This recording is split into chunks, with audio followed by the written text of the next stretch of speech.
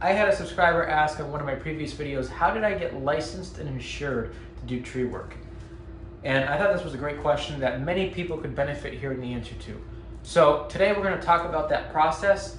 Now, while yes, I do have firsthand experience going through this process specific to a tree service business, if you're watching this video and maybe you're thinking about starting a different service-based contractor type business, or maybe you've already started it and you're still trying to figure all the business side of things out, stick around because what I'm going to talk about today might help you.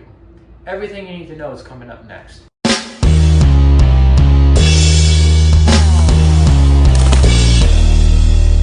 So I'm going to talk about licensing first.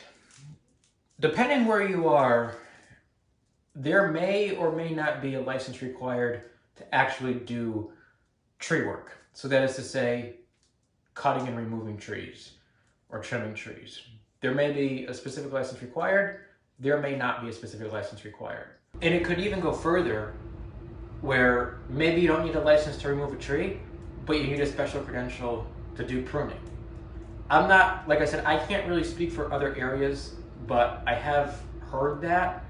You may need a business license, which is basically a certificate or a license, if you will, whatever you want to call it, that gives you the ability to operate a legal business.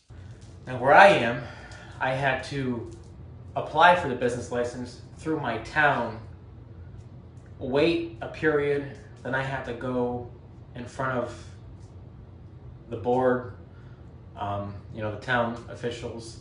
They asked me some questions, and then I got approved, and then I got my business certificate or business license. Now, depending if you're going to get into additional types of services, you may need to consider additional credentials, or additional credentials may be required. Entirely depends on where you are and what you're doing.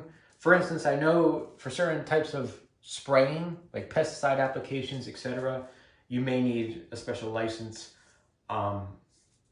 It really, like I said, it depends on what the laws are where you are. So just to recap, you may or may not need a license to do basic tree work. So that is to say removal, trimming. You may need a business license, and depending on if you get into additional services, you may need additional credentials. My recommendation would be to check at both a state and local level what licenses you may or may not need.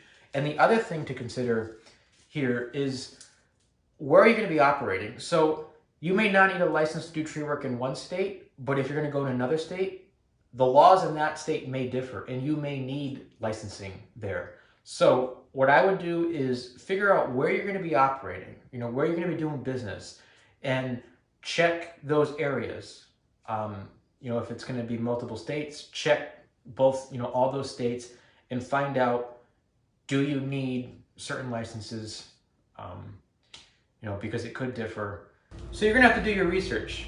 And if you have contacts who are in business, or, you have anybody you can talk to, that's a great thing.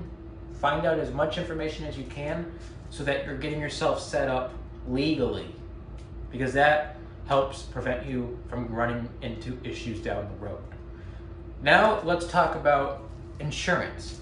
So common types of insurance for a contractor service-based business: liability, workman's comp, commercial auto.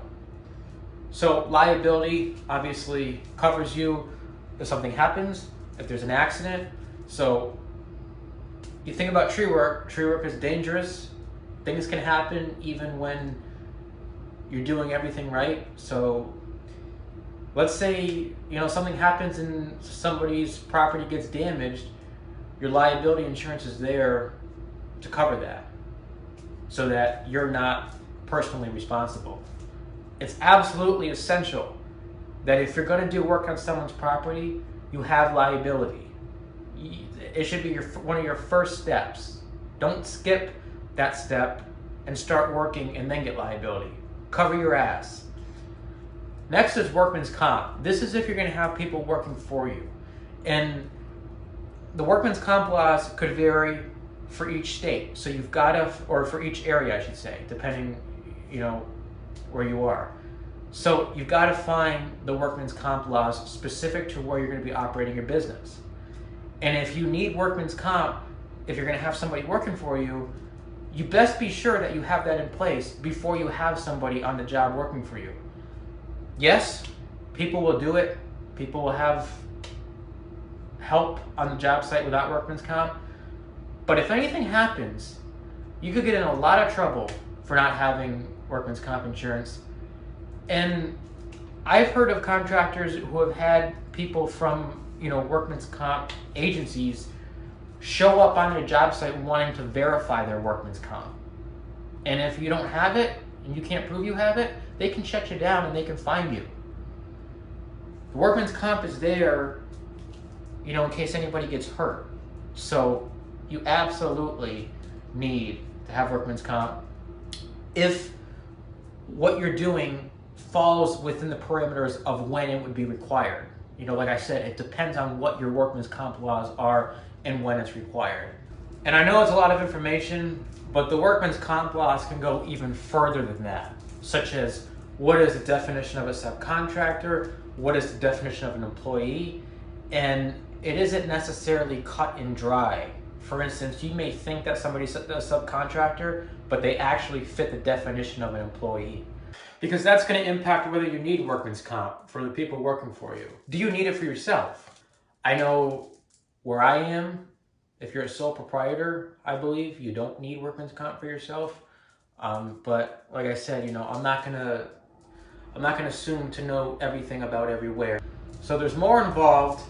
Like I said, you got to do your research, find the laws that are specific to where you are, talk to your insurance agents, and let them advise you. And then of course you have commercial auto insurance. I'm not going to really get into this. It's something to talk to your insurance agent about when you're setting up your policies for the vehicles that you're going to be using for your business. Not everybody has a fleet of big trucks. Some people are a 1 or 2 man operation using a pickup truck or whatever. So really it kind of depends on what kind of business you're running. So talk to your insurance agent to find out more about what would be the best policy for your particular situation.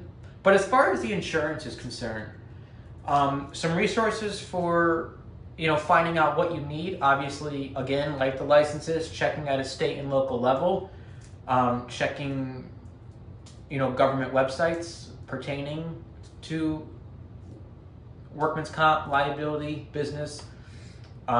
The other thing is talking to an insurance agent. If you have an insurance agent already for, say, your vehicle, tell them that, you could tell them that, hey, I'm starting this business. Can you advise me as to what insurances I would need? And they usually should be able to give you a satisfactory answer and guide you as to what you're going to need, what you don't need, when you may need something.